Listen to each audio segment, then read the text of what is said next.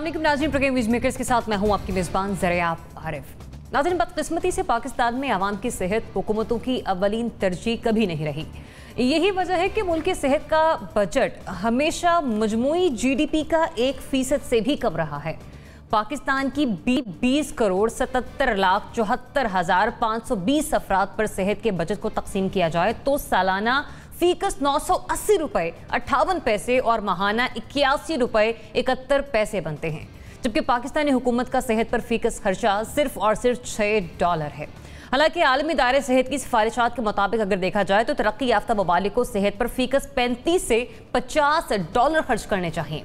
हाल ही में पाकिस्तान कोरोना के पहले फेज से गुजर रहा है, जबकि माहिरीन के मुताबिक इसकी दूसरी लहर आना भी बाकी है।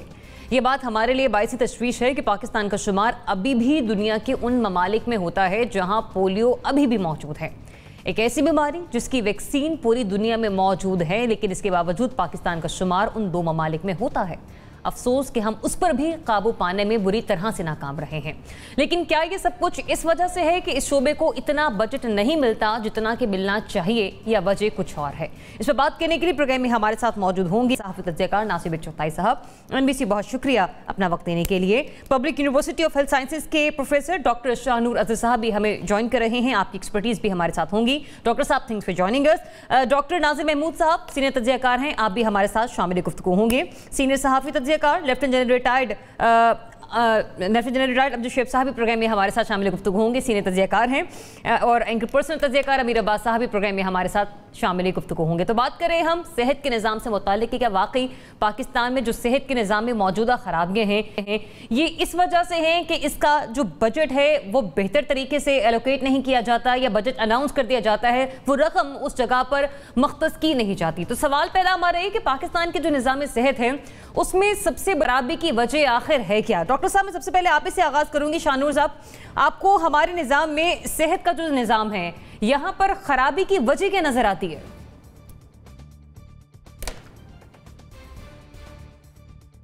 बिस्मिल्लाहिर्रहमानिर्रहीम। थैंक यू मुझे इनवाइट करने का, और इतने कॉम्प्लिकेटेड टॉपिक को एक दफ़ा टच करने का। सेहत तमाम लोगों के लिए, बल्कि हर फ़र्द के लिए एक डिफरेंट कॉन्सेप्ट है। अगर हम वर्ल्ड हेल्थ ऑर्गेनाइजेशन या आलमी इदारा सेहत की डेफिनेशन पे जाएं तो वो कहते हैं कि एक ज़हनी तौर पे अगर आप एक अच्छी कैफियत में हैं, एक पुरसकून कैफियत में हैं और आप माशी तौर पर कंफर्टेबल हैं तो आप सेहतमंद हैं। तो सिर्फ़ सेहत का मतलब ये नहीं है कि आप बीमार नहीं हैं, बल्कि आपके इर्द गिर्द का माहौल, आपकी ज़हनी, आपकी जिस्मानी और आपकी हर लिहाज से जो ज़हनी कैफियत है वो एक कंफर्टेबल माहौल में है। सो इसका कोई डायरेक्ट आंसर नहीं है कि एक सबसे बड़ी वजह क्या हो सकती है, क्योंकि एक मुख्तलिफ एक सेक्टर, चाहे वो सेहत हो चाहे तालीम हो, अपने साथ बहुत सारे और कनेक्शंस लेके अपने साथ बहुत सारी रूट्स के साथ मौजूद होता है। तो अगर फिर भी अपने ज़ाती हवाले से आप मुझसे पूछें कि कोई एक फैक्टर क्या है, तो वो हालात के मुताबिक अपने सिस्टम को ना ढालना है। आज से 40-50 साल पहले जो सूरत हाल थी यकीनन आज वो नहीं है। चीज़ें चेंज हो चुकी हैं, ज़मीनी हक़ाइक़ बदल चुके हैं। तो हमें या किसी भी मुल्क को एक प्लानिंग 40-50 साल की जब करनी होती है, वही कारआमद साबित होती है अगर उसको एक कंसिस्टेंसी के साथ ना सिर्फ इम्प्लीमेंट किया जाए बल्कि उसको साथ साथ एवेल्यूएट भी किया जाए। तो पाकिस्तान जैसे ममालिक, तरक्की पजीर ममालिक, बल्कि इवन तरक्की याफ्ता ममालिक में भी वो ममालिक जो कि अपने ज़मीनी हक़ाइक़ और बदलती हुई सूरत हाल के मुताबिक अपने सिस्टम्स को, ख्वाह वो सेहत का हो, ख्वाह वो तालीम का हो, किसी भी हवाले से कोई सिस्टम हो, अगर उसको वो ढाल सकते हैं तो वो अपने अवाम की फ़लाह व बहबूद और उनकी तवक्कुआत पर पूरा उतरते हैं। NBC आवाम की सेहत हुकूमतों की अव्वलीन तरजीह आज तक नहीं रही, यही वजह है कि निज़ाम सेहत में सबसे बड़ी खराबी है। हाँ ज़रिया, तालीम और सेहत ये दो ऐसे शोबे हैं हमारे पास जिसको हमने हमेशा इग्नोर किया है। मैं आपको बताऊं कि डॉक्टर साहब ने बहुत अच्छा बताया कि माहौल का असर बहुत होता है, लेकिन उस माहौल के असर को ख़त्म करने के लिए भी कुछ इक़दाम करने होते हैं। उनमें मेडिकल साइंस हमारे पास मौजूद है, हमारे पास डॉक्टर्स मौजूद हैं, नर्सिंग स्टाफ मौजूद है, लेकिन कितना है, कहाँ है, किस तरह है, ये आपको देखना पड़ेगा। 1960 से लेकर आज तक हमने हमारे मुल्क में 1960 से लेकर आज तक पर 1000 डॉक्टर का एवरेज एक से भी कम है। जी जी 0.98 ये पड़ता है हमें 1000 मरीज़ों पर एक डॉक्टर, इस तरह पड़ता है। जबकि यही रेशो WHO की रेड लाइन से आगे गया और ग्रीन लाइन तक पहुंच गया, वो इंडिया में 1.34। आपको हैरत होगी, कतर में 77 है। और ऐसा मुल्क जिसको हम बुरा भला कहते रहते हैं, कम्युनिस्ट कहते रहते हैं, क्यूबा, वहाँ 67 डॉक्टर्स पर 1000 चल रहे हैं। अच्छा, पाकिस्तान की अगर आप सूरत हाल लें तो यहाँ का मेडिकल का तिब्बी ढांचा, तिब्बी निज़ाम ही नाक़िस है। यूएन काउंसिल के लेवल पर आपके यहाँ एक ज़माने में कभी कभी हेल्थ केयर सेंटर होते थे, वो अब नज़र नहीं आते। आपके पास देहात में जाने के लिए टीमें होती थी डॉक्टरों की, वो नज़र नहीं आती। वैक्सीनेशन सरकारी सतह पर तकरीबन ख़त्म हो चुकी है और लोग अब उसको प्रेफर भी नहीं करते, वो जाते हैं प्राइवेट जगह पे जाके वैक्सीनेट कराते हैं। और वैक्सीनेशन भी एक मसला है, जो पोलियो वाला मसला आपने बताया, वो भी एक बड़ा मसला है। समाजी टैबूज़ हैं हमारे पास माशरे के मसाइल हैं, तालीम की कमी है, इस शोबे में करप्शन है जो हमारे आम मामलात हैं, तरबियत याफ्ता डॉक्टरों की कमी है, तरबियत याफ्ता पैरामेडिकल स्टाफ की कमी है, अस्पतालों की कमी है। हमारे यहाँ सरकारी अस्पताल हैं, हमारे यहाँ निजी अस्पताल हैं, हमारे यहाँ खैराती अस्पताल हैं। और मैं आज एक देख रहा था कि खैराती अस्पतालों की जो परफॉर्मेंस है वो निजी अस्पतालों से कहीं ज़्यादा है। हालांकि निजी अस्पतालों में लोगों का जाना बहुत ज़्यादा है, और जो हमारे यहाँ मसले बने वो हार्ट अटैक से लेकर कैंसर और मुंह का कैंसर और हेपेटाइटिस सी, ये रवैया हमारा रवैया है, हमारे लाइफ स्टाइल जो है वो हमें बर्बाद कर रहा है। और अगर हम लाइफ स्टाइल में थोड़ा सा ट्यूनिंग कर लें तो शायद बेहतर हो जाए। लेकिन बजट, तरबियत और तबियत याफ्ता स्टाफ जब तक नहीं होगा, ये मसाइल पता रहेंगे। आपको मेडिकल पॉलिसी 2025 का जो विज़न है वो आप हासिल नहीं कर पाएंगे। सही। जनरल साहब, NBC और डॉक्टर साहब ने भी समाजी रवैयों के बारे में बात की, लाइफस्टाइल के बारे में बात की। मैंने इब्तदाई में भी बात की थी कि पोलियो सिर्फ पाकिस्तान और अफगानिस्तान में रह गया है। हमारे समाजी रवैये भी पोलियो की मुहिम पर, पोलियो कैंपेन्स पर बहुत असरअंदाज होते हैं। बिस्मिल्लाहिर्रहमानिर्रहीम। जी बिल्कुल, ये बात दुरुस्त है। एक नेगेटिव प्रोपेगेंडा किया गया कि पोलियो जो है वो उसके कतरे हराम है, वो नहीं लेने चाहिए, या उससे कुछ और मर्ज निकल आएंगे, और हर तरह के प्रोपेगेंडा है। लेकिन ये कि उसको काउंटर करने के लिए जो हम एक कैंपेन चलाते हैं टेलीविजन पे भी, हुकूमत मुख्तलिफ ज़राए से, कुछ लोग उस पर एतबार नहीं करते, उस पर यकीन करने के बजाय वो उस नेगेटिव प्रोपेगेंडा पे ज्यादा यकीन करते हैं। तो वो तो चीजें हैं जो कि तालीम से रिलेटेड है, एक अवेयरनेस चाहिए, वो अब यहाँ उसकी किल्लत है, वो इतनी नहीं है, और दूर दराज इलाकों तक हमारी शायद रसाई नहीं है। उसके साथ साथ ये है कि जैसे हम माहौल की बात कर रहे हैं, एक हद तक माहौल अच्छा मुहैया करना तो ठीक है कि रियासतों की जिम्मेदारी होती है कि वो पॉल्यूशन वगैरह ये चीजें कम करें, लेकिन हेल्दी लाइफस्टाइल को इख्तियार करना ये अवाम की अपनी जिम्मेदारी और उनके लिए अवेयरनेस की जरूरत है, ताकि वो बीमारी कम हो, ज्यादा बढ़े ना। ये चीजें जो है ये अवाम के जिम्मेदारी में आ जाती हैं। लेकिन जहां तक हुकूमतों का ताल्लुक है, वो दो बहुत अहम चीजें उनके करने की हैं, बल्कि तीन आप कह लीजिए। एक तो इम्यूनाइजेशन के प्रोग्राम जो है वो बड़े इफेक्टिवली चलाने की जरूरत है। दूसरी तरफ ये है कि मॉडर्न जो फैसिलिटीज हैं, हेल्थ फैसिलिटीज, वो यहाँ अवेलेबल हों। आपने देखा कि वो प्राइवेट सेक्टर में तो होती हैं, लेकिन गवर्नमेंट सेक्टर में ये चीजें आपको नहीं मिलती। वहां पे अमूमन आप जाएं तो कभी MRI की मशीन खराब है, कभी एक्सरे मशीनों की किल्लत है, बहुत सारा कुछ जो मिस हैंडलिंग की वजह से वहां पे खराब होती हैं। तो ये एक ऐसा, और फिर उनका फैसिलिटीज जो है वो बढ़ती नहीं उस तरह, जिस तरह आबादी बढ़ रही है वो बढ़ी नहीं उस तरह। और इसके साथ साथ फिर उनका मेडिसिन हैं या बाकी चीजें, ये अफोर्डेबल इनका होना चाहिए। अभी आपने देखा कि जब यहाँ पे कोरोना का मसला आया तो अफोर्डेबल नहीं थे टेस्ट जो है वो जाके यानी 8 से 11,000 रुपए तक का एक टेस्ट था। मैं इस सवाल की तरफ भी आती हूँ कि कोरोना में हम लोगों ने किस तरह से उस चीज को काउंटर किया है हमारी मेडिकल सिस्टम ने। अमीर, जिस तरह से हम बात कर रहे हैं यहाँ पर तरबियत याफ्ता स्टाफ के हवाले से, वो भी निज़ाम सेहत में खराबी की एक वजह माना जाता है। कोरोना के हवाले से कहा गया था कि वेंटिलेटर्स बना दी गई हैं, वेंटिलेटर्स मंगवाई जा रही हैं, लेकिन स्टाफ हमारे पास मौजूद नहीं था। देखिए जरिया, सबसे पहले तो मैं हेल्थ केयर कितनी इंपॉर्टेंट है किसी भी जिंदा माशरे में और एक वाज़िब माशरे में, इसकी एक छोटी सी मिसाल आपके सामने और आपके देखने वालों के सामने। 2016 में नॉर्वे के एक गांव में एक शख्स को दिल का मर्ज लाग हुआ। उसे फौरी तौर पर एक करीबी अस्पताल पहुंचाया गया। जब उसे वहां ले जाया गया तो उस हॉस्पिटल में एक मशीन होती है, उसे कहते हैं ECMO मशीन। ये लंग्स को और हार्ट को सपोर्ट करती है। उस हॉस्पिटल में वो मशीन दस्तयाब नहीं थी, तो हॉस्पिटल का जो डॉक्टर था उसने फौरी तौर पर अपने करीबी जो एयरफोर्स की एयर बेस की उससे राब्ता किया और उसने रिक्वेस्ट की कि ये मशीन जिस जगह पे मौजूद है वो यहाँ से तकरीबन जो बाय रोड ड्राइव है वो 9 से 10 घंटे की है। अगर हम मरीज को वहां तक लेके जाएंगे तो मरीज की जान जा सकती है। आप हमारी हेल्प करें। इंसानी तारीख में और एयरफोर्स की तारीख में पहली मर्तबा F-16 तैयारे को उस एयर बेस से उड़ाया गया। उस ECMO मशीन को वहां से उठाया गया जहां वो पड़ी थी और 40 मिनट के अंदर, जो 9 से 10 घंटे का सफर था, वो 40 मिनट के अंदर कॉल से लेकर और डिलीवरी तक F-16 तैयारे ने वो ECMO मशीन उस हॉस्पिटल में पहुंचाई। ये है हेल्थ केयर की का स्टैंडर्ड और क्वालिटी। ये है इंपॉर्टेंस। हमारे यहाँ तो लोग रोज मर रहे हैं अस्पतालों में, अस्पतालों के दरवाजों पे औरतें बच्चे जन्म दे रही है, किसी को परवाह ही नहीं, किसी के कानों पर जू तक नहीं रही।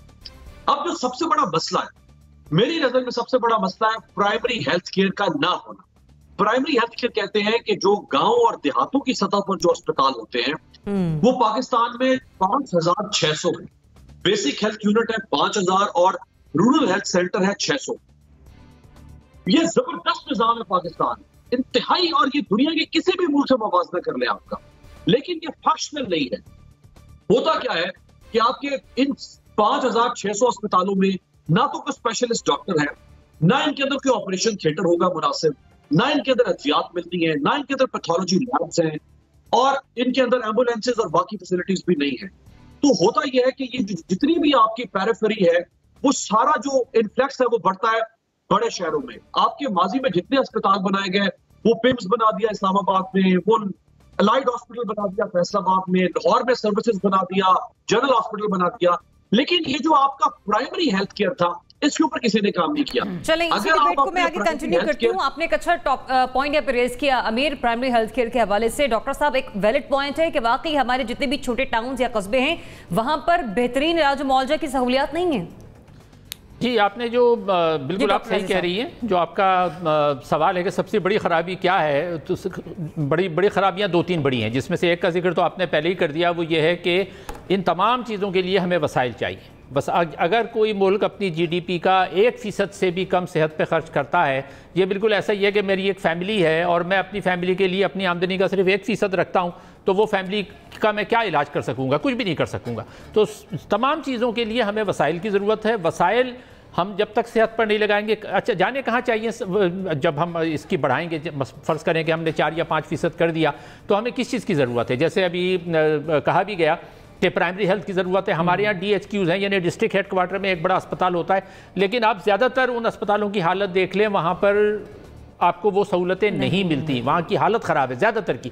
चंद बड़े शहरों को छोड़ दें, कराची, लाहौर, इनको छोड़ दें, इस्लामाबाद को छोड़ दें, लेकिन आप ज़रा सा मदाफ़ात में जाते हैं, आप साहिवाल चले जाएँ, वेहाड़ी चले जाएँ, ठट्टा चले जाएँ, जहाँ भी आप देही इलाकों में जाएंगे आपको पता लगेगा कि वहाँ पर सहूलतें नहीं हैं। तो पहली सबसे बड़ी ख़राबी यही है कि हमें वसाइल लगाने पड़ेंगे, पहली बात। दूसरी बात हमारे सिस्टम की यह है कि हम, जैसे अभी डॉक्टर साहब ने भी कहा, कि हमारा निज़ाम सेहत का जो तस्वुर है वो सिर्फ मेडिकल पर है, मेडिसन पर है, जबकि सेहत जो एक सेहतमंद माशरा है। एक साइकोलॉजिस्ट है एरिक फ्रॉम, उन्होंने किताब लिखी थी सेहतमंद माशरा। उसमें उन्होंने बताया कि एक सेहतमंद माशरा वो होता है कि जिसमें इनफरादी, जिस्मानी, नफ्सियाती और माशरती सेहत, जब तक ये 3-4 मुख्तलिफ तरह की जो सेहत है ये मरबूत नहीं होंगी, यानी कोऑर्डिनेशन नहीं होगा, उस वक्त तक आप एक सेहतमंद माशरा तश्कील नहीं दे सकते। जहनी अमराज जहाँ होंगे वहाँ आपके मसाइल खड़े होंगे, माशरती सेहत नहीं होगी वहाँ आपके मसाइल खड़े होंगे। और आखिरी बड़ी वजह मैं बयान ये करना चाहूँगा कि देखें, दवाओं की अपनी अहमियत है। हमारे यहाँ की दवाएँ जो हैं वो आम लोगों की पहुँच से बाहर है और उनको मज़ीद बाहर किया जा रहा है। लोग अगर बीमार होते हैं तो उनको दवाई लेनी है, दवाइयाँ इतनी महंगी कर दी गई हैं कि लोगों की उसमें नहीं। अच्छा, साथ साथ इम्तियाजी सलूक किया जाता है, एक ख़ास तबके के लिए तमाम चीज़ें मौजूद हैं और वो ख़ास तबका है हमारे सरकारी मुलाजमीन का, जिसमें सरकारी मुलाजमीन सिविलियन भी शामिल हैं और फौजी भी शामिल हैं। उनको तमाम सहूलतें पैदाइश से लेकर मरते दम तक तमाम फुल मेडिकल फैसिलिटीज़, जबकि उनको पेंशनेबल जॉब्स होती हैं, पेंशन भी पूरी मिल रही होती है और उनको मरते दम तक पूरी मिलनी चाहिए। मैं ये नहीं कह रहा कि उनको नहीं मिलनी चाहिए, लेकिन जो सहूलतें उनको हासिल हैं वही आम लोगों को भी मिलनी चाहिए। सवाल ये है कि ये इम्तियाजी सलूक क्यों किया जा रहा है? जब तक उन सरकारी मुलाजमीन को मजबूर नहीं किया जाएगा कि आप भी उसी DHQ में जाके अपने बच्चों का इलाज करवाएं, तब आपको पता लगे कि बच्चे जा रहे हैं। बिल्कुल ऐसे ही है। मैं डिटेल मैंने इस टॉपिक पे मजीद करनी है गुफ्तगू, हम कॉन्वर्सेशन करेंगे, कोरोना के भी मामले को डरेंगे और मजीद उन डॉक्टर्स के हवाले से भी बात करेंगे जो पाकिस्तान में डिग्री तो ज़रूर लेते हैं लेकिन बाहर जाकर काम कर रहे होते हैं। पाकिस्तान की खिदमत करना भी उन पर फ़र्ज़ है और ये उनका अव्वलीन फ़र्ज़ जाना जाता है। लेकिन अगर हम पहले सवाल की तरफ बढ़ें तो वहाँ पर बजट, तरबियत याफ्ता स्टाफ और प्राइमरी हेल्थ केयर इंतहाई इंपॉर्टेंट है। मुझे बढ़ना एक ब्रेक की तरफ, स्टे ट्यून्ड।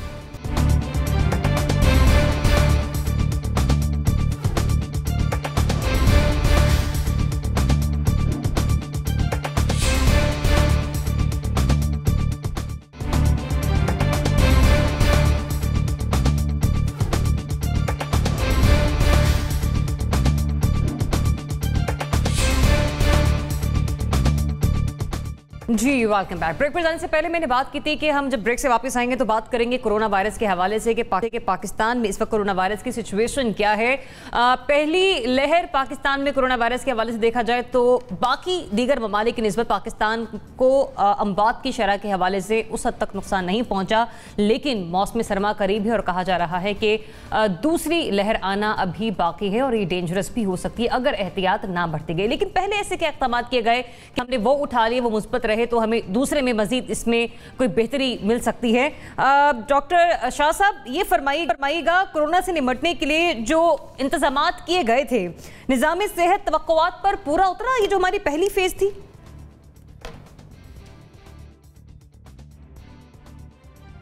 जी डॉक्टर शहनूर साहब। ओके, देखें, ये एनालिसिस मेरे ख़्याल में अभी कबल वक्त है कि कोरोना के हम फर्स्ट और सेकंड वेव्स की बात करें। ये हमारे लाइफ टाइम का पहला पेंडेमिक है, तो आई थिंक कि इस स्टेज पे सिर्फ हमें एक दूसरे की वेल बीइंग, हिफाजत और प्रिवेंशन की तरफ ज़ोर देने की ज़रूरत है। बड़ी हद तक जो इवन सबसे एडवांस्ड और तरक्की याफ्ता ममालिक थे उन्होंने भी इस चीज़ को, इस पॉलिसी को मार्च से लेकर अब तक एक एवोल्यूशन या इर्तिकाई अमल के तौर पर अपनाया है। किसी के पास भी इस चीज़ का अभी तक जवाब नहीं है कि कोई हुकूमत अभी किसी कामयाबी या कोई इंसानी कोई ऐसी पॉलिसी या कोई किसी एक कम्युनिटी के लिए वो सब कुछ मुहैया किया जा चुका या ना किया जा चुका जिसकी वजह से वो फेल हो गई। आई थिंक ये चलता रहेगा डिबेट। इस वक्त ज़रूरत इस बात की है कि वो तमाम लेसन्स जो लर्न किए गए हैं पिछले 4 से 6 माह के अंदर और जिन्होंने बाकायदा ये शो किया है कि जानें बचाई जा सकती हैं, जैसा कि मास्क का पहनना, एक दूसरे से समाजी फासला और एक दूसरे को एजुकेट करना, क्योंकि ये आसान नहीं है। ज़ाहिर है एक भी जो जान गई है वो नुकसान है, इसलिए सिस्टम का फेलियर या सिस्टम का कामयाब होना कतई तौर पर अभी मेरे ख्याल में कबल वक्त है। सही। नासिर चौथाई साहब, ये खदशा था कि सिस्टम कोलैप्स कर सकता है, कोरोना के मामले में इंतजामात बेहतर करने होंगे, लेकिन खुशकिस्मती से हम पहले फेज से निकल आए क्योंकि निज़ाम बेहतर रहा इस मामले में, इसलिए तवक्कुआत पर उतर गए हम पूरा। देखिए, पहले तो हम लड़खड़ा गए थे। तफ्तान और रायवंड के जो इज्तिमात थे, अगर वो ना होते तो शायद हमारे यहाँ कोरोना आता भी नहीं, मेरा ख्याल है। कराची में एक लड़का आया था चाइना से, उसका इलाज करके उसको घर भेज दिया गया था, ही वाज फाइन। लेकिन ये कि उसके बाद हमने संभाला लेना शुरू किया और जून तक हाँ, जून में हमारे यहाँ एक अनारकी थी, एक अफरा तफरी थी। हमारा मेडिकल सिस्टम, हमारा डॉक्टर्स का निज़ाम, हमारा पूरा ओवरऑल आईसीयू, ये बैठ रहे थे, क्राउडेड थे, वेंटिलेटर्स थे नहीं, दवाएं नहीं थी। लेकिन इन माहौल में भी चैरिटी अस्पतालों ने बड़ा काम किया। जो 5 लाख का इंजेक्शन में मिलता था उन्होंने फ्री में लगाया, और ये मैं बता रहा हूँ आपको अपनी ज़ाती मालूमात की बिना पर। और बाकी अस्पतालों ने 10-10 लाख में इलाज किया, 15-15 लाख में इलाज किया। तो जून में की जो पीक थी हमारी, और उसके बाद अल्हम्दुलिल्लाह जुलाई और अगस्त में हम नॉर्मलाइज हो गए, और उस वक़्त तक हम अपना वेंटिलेटर बनाने की पोजीशन में आ गए थे। जबकि हमारे पास जब शुरू हुआ है पैंडेमिक तो वेंटिलेटर चंद थे, गिने चुने थे, अवेलेबल नहीं थे। और लेकिन अब सूरत हाल ये कि 800 वेंटिलेटर हमारे पास गोदाम में पड़े हुए, और उनका अब ज़ाहिर है अस्पतालों को बांटे जाएंगे वो, अगर खुदा न खास्ता दूसरी सूरत हाल बनती है। हमने बहुत सीखा इससे, हमने बहुत लर्न किया, और हमारे अस्पतालों ने बहुत लर्न किया, हमारे डॉक्टर्स ने बहुत लर्न किया, हमारा पैरामेडिकल स्टाफ ट्रेंड हुआ इस दौरान, कुर्बानियाँ बहुत दी गई, डॉक्टर्स शहीद हुए, पैरामेडिकल स्टाफ शहीद हुआ, इन लोगों ने बड़ा काम किया।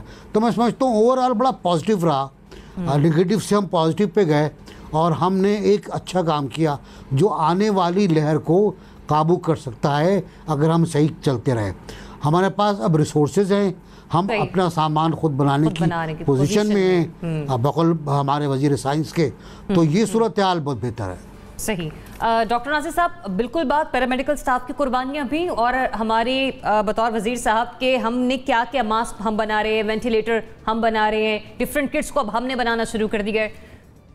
जी, अगर आप सिर्फ कोरोना पे फोकस करें तो कोरोना पे तो हम बड़ी हद तक काबू पाने में कामयाब हो गए हैं। अब उसकी वजह ज़ाहिर है हमारे मेडिकल स्टाफ और उन सबकी जदोजहद भी है, और उसके अलावा और दूसरे फैक्टर भी होंगे जिनकी वजह से ये मुल्क में उस तरह से नहीं फैला जिस तरह के भारत में या दूसरे मुल्कों में फैला।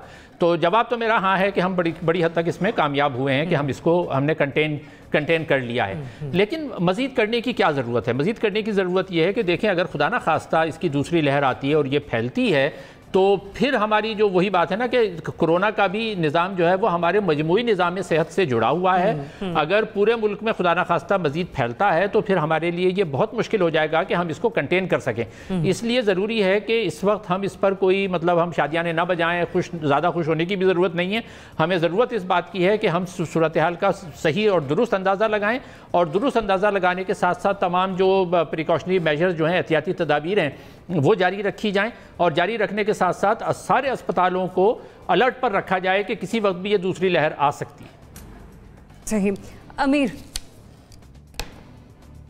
देखिए, कोरोना को समझने के लिए या उसको डिस्कस करने के लिए आपको फिर अगेन उस कॉन्टेक्स्ट में जाना पड़ेगा कि आपके हेल्थ केयर सिस्टम में आपके पास जो टोटल बेड्स हैं पाकिस्तान के अंदर, वो यानी आपको 2000 पाकिस्तानियों के लिए 6 से 7 बेड्स, जो कि बहुत कम रेशो है जो इंटरनेशनली जो स्टैंडर्ड है उसके मुताबिक। इसी तरह आपके मुल्क में जो कुल डॉक्टर्स हैं उनकी तादाद है 2,35,000, जिनमें से 1,10,000 है फीमेल डॉक्टर्स, और उन फीमेल डॉक्टर्स जो 1,10,000 हैं उनमें से भी 60% वो हैं कि जो काम नहीं करती हैं, जो खवातीन हमारे यहाँ पढ़ भी जाएं और वो प्रोफेशन को ज्वाइन नहीं करती हैं कुछ फैमिली कंपल्शंस की वजह से। 40,000 जो पहले आप कह रहे थे जो डॉक्टर्स बाहर चले गए, 40,000 से ज्यादा डॉक्टर्स हमारे पाकिस्तान से बाहर काम कर रहे हैं। हमारे पास इस वक्त आइडियली 4,36,000 से ज्यादा डॉक्टर होने चाहिए, लेकिन प्रैक्टिकली हमारे पास 2 लाख से भी कम डॉक्टर्स हैं। इसी तरह नर्सेज की अगर आप बात करें तो हमारे पास 1,12,000 नर्सेज हैं, जबकि हमें 13 लाख नर्सेज की जरूरत है, जिसमें लेडी हेल्थ वर्कर्स भी हैं, मिडवाइफ्स भी हैं। आप वेंटिलेटर्स को देख लें, ये तो अगर ना कोरोना आता तो वेंटिलेटर की तो इस मुल्क में कब किसी ने बात की थी कि वेंटिलेटर्स की शॉर्टेज है पाकिस्तान के अंदर, ऑक्सीजन के जो बाकी सिलेंडर्स वगैरह उनकी शॉर्टेज है, कभी किसी ने बात। तो दरअसल कोरोना तो एक ऐसी आफत आ गई जिसने हमें जोड़ने की कोशिश की, लेकिन हम पर कोई असर नहीं हुआ। हमने अपनी मत मारी हुई है, हमने अपने अकल को मारा हुआ है, हमारे पर चल रही, हमें कोई असर नहीं होगा। अभी भी कोई प्लान नजर नहीं आ रहा कि खुदा न खास्ता अगर कभी कोई और ऐसी वबा उठे, कोई और हेल्थ क्राइसिस आ जाए, तो हमने ये जो चैलेंजेस है, देखिए एक डॉक्टर स्पेशलिस्ट बनने में डॉक्टर साहब मौजूद है साथ, 10 साल लगते हैं कम से कम, 5 साल MBBS, फिर 1 साल की हाउस जॉब और फिर कम से कम 4 साल की स्पेशलाइजेशन। आपको आज चले मैं उस पर भी आती हूँ मैं अमीर, मेरा स्पेसिफिक क्वेश्चन कोरोना पर है कि कोरोना से हमने कैसे निपटा। देखिए, कोरोना का तो हमारे ऊपर इतनी बड़ी आफत आई नहीं है, अल्लाह का शुक्र है। जैसे दुनिया के बाकी मुल्क में हुई है, हमारे यहाँ तो उतना मसला बना ही नहीं है। हॉस्पिटल्स पे इतना बर्डन ही नहीं बना कि हम कहते हैं कि शायद हम बिल्कुल चोक कर गए या एग्जॉस्ट कर गए। ठीक है, जनरल साहब। देखिए, एक वक्त आया था जब हॉस्पिटल्स में जगह खत्म हो गई और लोग बेचारे आपको अस्पतालों के दरवाजे पे पड़े नजर आते थे, लेकिन वो अल्लाह ने किया कि बड़ी जल्दी वो वक्त गुजर गया। मैं पर्सनली समझता हूं कि हमने बहुत सारे मुल्कों की निस्बत ज्यादा अच्छी मैनेजमेंट की है। हमारा कंट्रोल, हमारी वो डिस्ट्रीब्यूशन रिसोर्सेज की, ये काफी हद तक बेहतर रही है और उसकी वजह से हमें फायदा हुआ है। मैं दूसरे मुल्कों का देख रहा हूं कि वहां पे बहुत सारी जगहों पे दो इश्यूज हैं। एक तो डिसबिलीव, लोग यकीन नहीं करते कि वाकई ये कोरोना वगैरह भी कोई मसला है और वो प्रिकॉशनरी मेजर्स अडॉप्ट नहीं करते। दूसरा है मिसमैनेजमेंट, कि गवर्नमेंट इसको किस तरह हैंडल करती है, कंट्रोल करती है। गवर्नमेंट भी बात जगहों पे उतना सीरियस नहीं ले रही। इवन इन अमेरिका आप देखिए कि ये प्रॉब्लम रही है। तो उस लिहाज से अगर मैं कंपेयर करूं तो पाकिस्तान में निस्बतन सीरियसनेस ज्यादा थी। अवाम की निस्बत मेरा ख्याल है हुकूमत लेवल पे या जो लोग पढ़े लिखे हैं उनमें इस चीज का एहसास बहुत ज्यादा था, तो इसको हैंडल करने में आसानी रही। दूसरे, जैसे आपने एक कौमी मरकज बना लिया जहां से आप इन चीजों की डिस्ट्रीब्यूशन, कंट्रोल और डेली बेसिस पे आप मैनेज कर रहे हैं, इंफॉर्मेशन कलेक्ट कर रहे हैं, वो भी आपको बड़ा उसने फायदा दिया एनसीओसी ने, कि वहां से आप अच्छी तरह इसको चीजों, अपनी प्लान्स को एग्जीक्यूट कर सकें। डेली बेसिस पे वहां पे आप स्टडी करते रहे हैं और जायजा लेके उसके बाद अपनी पॉलिसी वजह करते रहे। तो मेरा ख्याल है कि कल जब कभी वक्त आके इन चीजों को मुड़ के देखा जाएगा, तजिया किया जाएगा, तो इसमें बहुत सारे ऐसी चीजें भी निकलेंगी कि जो आइंदा के लिए हमें लेसन होकर करना चाहिए। लेकिन बहुत कुछ ऐसा भी होगा जो हम समझे, जिसके ऊपर हम खुश होंगे कि वाकई इसको हमने हैंडल करने में अच्छी पॉलिसी बनाई या अच्छी तरह इसको हैंडल किया। उसमें मैं सेंटर का भी, एनसीओसी का सेंटर का जिक्र कर रहा हूँ। ये इस तरह की ऐसी चीजें जो पहले वजूद में नहीं थी लेकिन यहाँ आई और उन्होंने काम करके दिखाया। चले, मैं सेगमेंट का ये सवाल कंक्लूड करते हुए ज़रूर कहूँगी कि डॉक्टर शहनूर साहब ने ये फरमाया कि अभी कुछ भी कहना कबल अज़ वक्त है, हमें मज़ीद देखना है कि सेकंड फेज़ आना अभी इसकी बाकी है और हमने जिस तरह से पहले इक़दामात उठाए हैं उनमें मज़ीद बेहतरी लाने की ज़रूरत है। लेकिन बाकी एक्सपर्ट्स ये ज़रूर राय रखते हैं कि एनसीओसी की रोज़ाना की बुनियाद पर मीटिंग्स उन्होंने बहुत अहम किरदार अदा किया। साथ ही साथ वो डॉक्टर्स और पैरामेडिकल स्टाफ जिन्होंने कुर्बानियाँ दी इस तमाम सूरत हाल के पेश नज़र, उनकी कुर्बानियाँ भी लायक तहसीन हैं। आगे बढ़ते हैं अगले सवाल की तरफ कि हमारा जो निज़ाम तालीम है मेडिकल के हवाले से, क्या उसने अच्छे और ज़िम्मेदार डॉक्टर्स पैदा किए हैं? ये मेडिकल की जो तालीम है पाकिस्तान में वो कितनी अहमियत की हामिल समझी जाती है? पाकिस्तान में ली जाने वाली डिग्री उस हवाले से कितनी इंपॉर्टेंट है? और साथ ही साथ वो डॉक्टर्स जो बैरून मुल्क जाकर स्टडीज़ कर रहे हैं, क्या वो पाकिस्तान आकर पाकिस्तान की आवाम की खिदमत करना पसंद करते या नहीं करते? डॉक्टर शहनूर साहब, आपकी तरफ सबसे पहले आऊँगी, बताइएगा हमारे तालीमी निज़ाम ने अच्छे और ज़िम्मेदार डॉक्टर्स पैदा किए हैं या ये कर रहा है?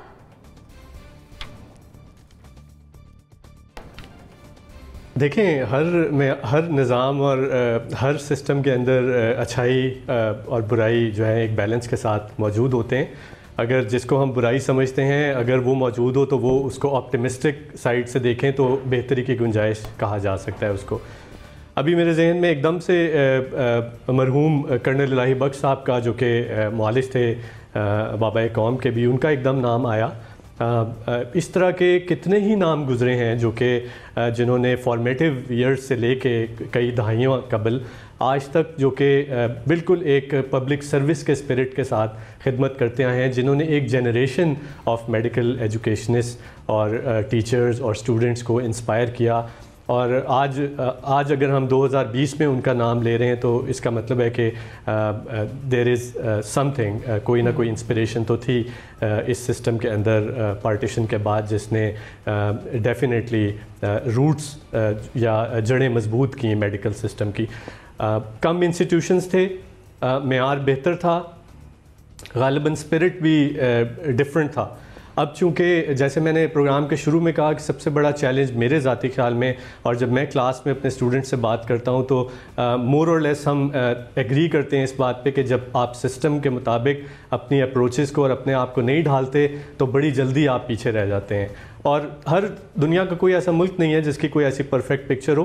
पाकिस्तानी डॉक्टर्स अगर यहाँ पे मौजूद हैं, काम कर रहे हैं, और जिस तरह इतने तज्ज़ियाकारों ने इतनी अच्छे अंदाज में हमारे सिस्टम के चैलेंजेस के बारे में अभी बात की है पिछले 20-25 मिनट में, तो आप देखेंगे उस सिस्टम के अंदर जो लोग काम कर रहे हैं तो फॉर श्योर उनको तो सल्यूट किया जाना चाहिए फिर। और सिर्फ मेडिकल डॉक्टरों को ही नहीं, हर डॉक्टर के साथ एक पूरी एक टीम होती है, डॉक्टर सिर्फ एक टीम मेंबर होता है। सो मेरा ख्याल है कि जिस हद तक मुमकिन है वसाइल को देखते हुए यकीनन सेहत से मुतल्लिका और मेडिकल और डेंटल और एलाइड हेल्थ के शोबे से मुतल्लिका जो ह्यूमन रिसोर्सेज हैं वो आउटस्टैंडिंग हैं। किसी से भी शायद अगर बेहतर नहीं है तो उससे कम भी नहीं है। और जहाँ तक रही बात बैरून मुल्क जो लोग जाकर काम कर रहे हैं स्पेशलिस्ट, हम लोग खुद जब मुल्क से बाहर जाते हैं और अक्सर किसी दुनिया के बड़े शहर में गुजरते हुए किसी प्रैक्टिस पे या किसी हॉस्पिटल या क्लिनिक के बाहर से गुजरें, उस पर अक्सर पाकिस्तानी डॉक्टर्स का नाम लिखा होता है जो कि बहुत अरसा कबल वहाँ पे गए और अब एस्टैब्लिश हो चुके हैं। लेकिन ये भी बात ज़रूर करनी चाहिए कि बहुत सारे डॉक्टर्स और बहुत सारे लोग पढ़ के वापस भी आते हैं, और आज भी मेरे जहन में कुछ नाम आ रहे हैं जिसमें लाहौर के अस्पतालों में जो मुझे याद आया है, और यकीनन इस्लामाबाद के अस्पतालों में, कि लोग वापस आते हैं उसी स्पिरिट के साथ, इसी जज्बे के साथ कि उन्होंने जाके कंट्रीब्यूट करना है, अपनी कम्युनिटी को रिटर्न करना है। सो बाय एंड लार्ज सूरत हाल को देखते हुए मैं तो ऑप्टिमिस्टिक हूँ कि लीडर्स यकीनन हैं, लेकिन चूंकि सिस्टम इतना बढ़ गया है और एक्सपेक्टेशन आबादी ज़्यादा होने की वजह से इतनी ज़्यादा हो गई है, और आपके मीडिया की वजह से इस हद तक पेनिट्रेशन हो चुकी है नॉलेज की और लिटरेसी की भी हेल्थ रिलेटेड और मेडिकल रिलेटेड, कि शायद उसको बेहतर हैंडल करने की ज़रूरत है। कोई ना कोई बयानिया एक डॉक्टर्स और सेहत के शोबे की तरफ से भी आना चाहिए जो कि इसकी एक मुस्बत पहलू को भी उजागर करे। एनबीसी मेडिकली इन्वेंशन और मेडिकली इनोवेशंस, ये भी मैं क्लब करूंगी साथ इसी के कि इनसे रिलेटेड भी जिम्मेदार डॉक्टर्स पैदा हो रहे हैं जदीद तहकीक, जदीद तकाज़ों के मुताबिक। देखें, बात ये कि हमारे यहाँ मेडिकल कॉलेजेस वैसी कम है, मेडिकल यूनिवर्सिटीज़ वैसी कम है। कराची जैसे शहर में, लाहौर जैसे शहर में अगर आप तादाद गिनना चाहें तो उंगलियों पे गिन सकते हैं कि कितने मेडिकल कॉलेजेस हैं। अब रहा सवाल मेयार का, तो मेयार जो है वो यकीनी तौर पर बेहतर है, उसमें ज़ाहिर है जो सिलेबस है वो ये, और जो स्पेशलाइजेशन होती है वो भी पाकिस्तान में होना शुरू हो गई है। लोग बाहर भी जाते हैं पढ़ने के लिए, वहाँ से भी होकर आते हैं, लेकिन डॉक्टर्स बहुत कम है हमारे पास। जो से अमीर ने पूरा आपको बताई सूरत हाल, डॉक्टर्स भी कम हैं, नर्सें भी कम हैं। हमें ज़्यादा इंस्टीट्यूशंस चाहिए, ज़्यादा हमें इनोवेटिव सिलेबस चाहिए, ज़्यादा इनोवेटिव आइडियाज़ चाहिए हमको। अगर मैं नाम लूँ डाउ यूनिवर्सिटी का, डाउ मेडिकल कॉलेज था एक ज़माने में, ये डाउ यूनिवर्सिटी का पार्टीशन से पहले ये बनी थी, क्लास की यूनिवर्सिटी है हमारी, और बहुत बड़े डॉक्टर पैदा किए हैं इसने, बहुत बड़े डॉक्टर पैदा किए हैं। अच्छा, कुछ डॉक्टर ऐसे जिनकी आपने बात की जो पाकिस्तान से पढ़ के बाहर चले गए और वहीं रह गए, लेकिन ऐसे डॉक्टर मैंने देखे हैं जो पाकिस्तान वापस आ गए। डॉक्टर साहब ने लाहौर का जिक्र किया, मैं कराची की बताऊंगा आपको बात। इंडस हॉस्पिटल है, ये बाहर से पाकिस्तान वापस आने वाले डॉक्टरों ने बनाया। 500 से बैठ गया है ये, और मुकम्मल फ्री है, स्टेट ऑफ आर्ट हॉस्पिटल है, किसी भी प्राइवेट अस्पताल से कहीं बेहतर। इस तरह डॉक्टर ये तो डॉक्टर बारी की बात कर रहा हूँ मैं आपको, डॉक्टर अदीब रिजवी, मतलब पाकिस्तान का फ़ख्र है।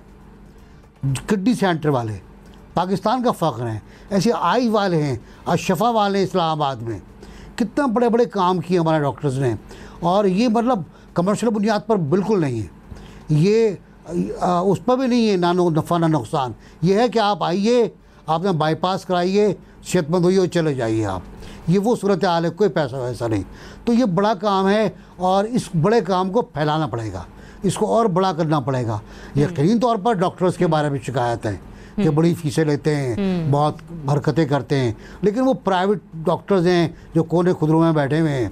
मैंने वो डॉक्टर भी देखे हैं जो बाहर से आए और औरंगी और कोरंगी की गरीब बस्तियों में 4-4-5 घंटे देते हैं एक हफ्ते में एक बार, ऐसे भी डॉक्टर मौजूद हैं।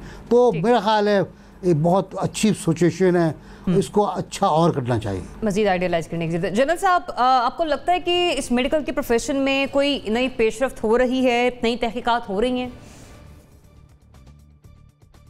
देखिए, बहुत तो इसका अंदाजा नहीं, लेकिन मैं समझता हूं कि बहुत सारे अदारे ऐसे हैं जो कि जहां लगता है कि ये काम हो रहा है, क्योंकि हम सुनते रहते हैं वक्तन फवक्तन यहाँ पे डॉक्टर्स की, मैं अपने हॉस्पिटल्स की, जो हमारे आर्मी के हॉस्पिटल्स हैं, मैं उनकी बात करता हूँ, वहाँ वक्त के साथ साथ बहुत सारी फैसिलिटीज इंप्रूव की हैं, बहुत सारी चीजें ऐसी हैं जो कि, और डॉक्टर्स की तालीम, डॉक्टर्स का अपनी क्वालिफिकेशंस वगैरह वो बड़ी इंप्रूव हुई हैं, तो वो चीजें नजर आती हैं।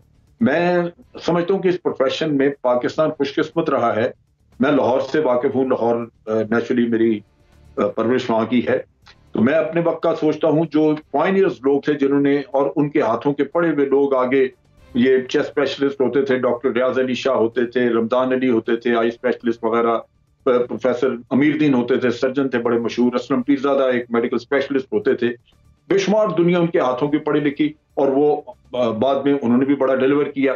तो मैं समझता हूँ कि जिस तरह की डेडिकेशन उन लोगों में थी, लाजमन उन्होंने आगे अच्छे लोग निकाले जो आज दिन तक पाकिस्तान इस फील्ड में हर सूरत अपना कुछ न कुछ अपने आप को खड़ा करके मौजूद है, वरना तो यहाँ क्राइसिस होती। तो उस लिहाज से ये जो हम जिसको हम कहते हैं कि रिसर्च वाला किस्सा, वो तो शायद यहाँ नहीं है, लेकिन बड़ी हद तक लोग जो बाहर से तालीम हासिल करके आते हैं वो यहाँ आके नई चीजें इंट्रोड्यूस करते हैं, नई फैसिलिटीज लेके आते हैं, बताते हैं।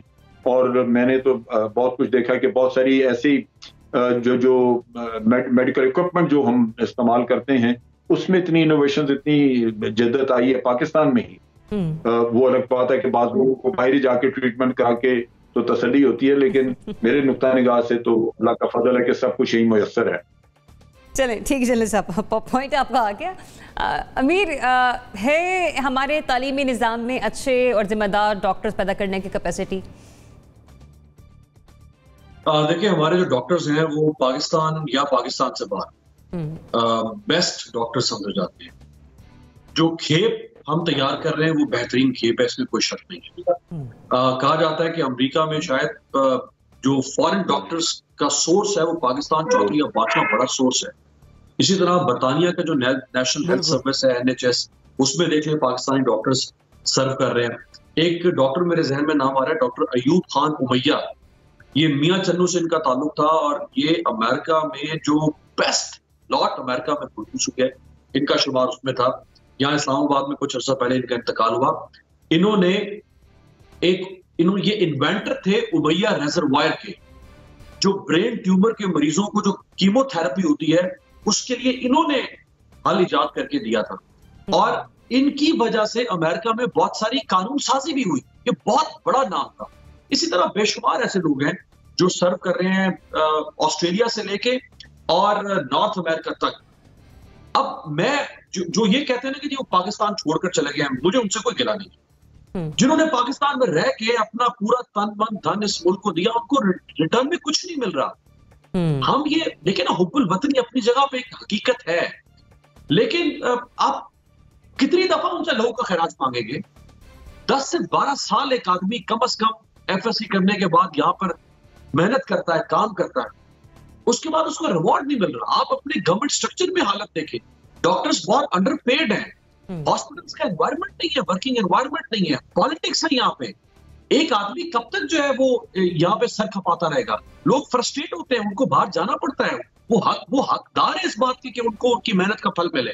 अगर आप उनको उनकी मेहनत का फल नहीं देंगे तो कब तक लोग शुतरबुर की तरह रेत में सर धंस के बैठे रहे इस मुल्क के अंदर के जी हमने इस मुल्क को नहीं है। क्योंकि इसमें ऊपर से जो पॉलिसी बनाने वाले हैं वो नीचे जो आपकी जो ब्रेन ड्रेन है उसको नहीं रोक पा रहे हैं, क्योंकि यहाँ पे कदर ही नहीं है टैलेंट की, यहाँ पे इल्म की कदर नहीं है, यहाँ पे आलिम की कदर नहीं है, यहाँ पे प्रोफेशनल और काबिल आदमी की कदर नहीं है।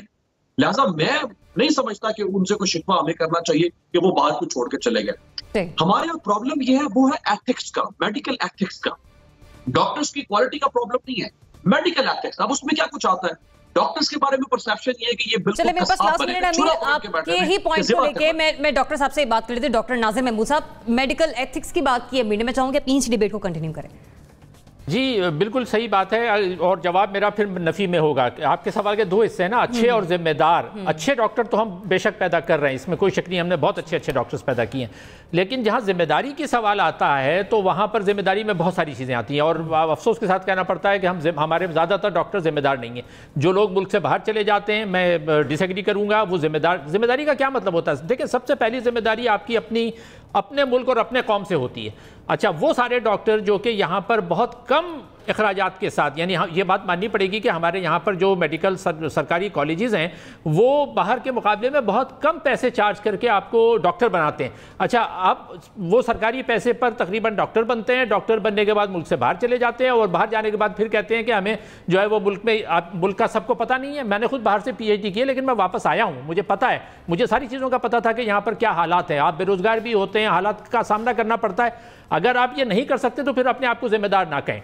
तो मैं अच्छा तो मानूंगा डॉक्टर्स को, हमारा तालीमी निज़ाम अच्छे डॉक्टर्स बना रहा है, लेकिन जिम्मेदार नहीं बना रहा। लेकिन इसके साथ साथ एक पहलू और भी है कि सिर्फ डॉक्टर्स की बात नहीं है, हमें डॉक्टर्स से ज़्यादा अच्छे पैरामेडिकल स्टाफ की ज़रूरत है। हमारे यहाँ नर्सेज और पैरामेडिकल स्टाफ की बहुत ज़्यादा कमी है, मिलते नहीं हैं। डॉक्टर से भी कम हमारे यहाँ नर्सेज हैं। हमारी हुकूमत अगर कुछ करना चाहती है और हमारा तालीमी निज़ाम कुछ करना चाहता है तो उसको पूरे मुल्क में बड़ी तादाद में नर्सिंग स्कूल बनाने चाहिए, जहाँ पर मेल और फीमेल दोनों तरह की नर्सेज तैयार हों, और जो कि हमारे सिस्टम का जो बिगाड़ है वो उसको दूर कर सके। जब तक वो नहीं होगा, नहीं कर और खराबियां और कोताहियां जिन्हें दूर करने की जरूरत है, लेकिन फिर भी हुकूमत को इसमें अपनी प्रायोरिटी लेना होगा कि सेहत का निज़ाम किस तरह से बेहतर करना है। बाकी मैं सिर्फ यही कहूंगी कि वो तमाम डॉक्टर्स और पैरामेडिकल स्टाफ जो पाकिस्तान से वाबस्ता हैं या बैरून मुल्क बैठकर पाकिस्तान की खिदमत कर रहे हैं, उनकी खदमात हमारे लिए लायक तहसीन है। इजाज़त दीजिए, अल्लाह हाफ़िज़।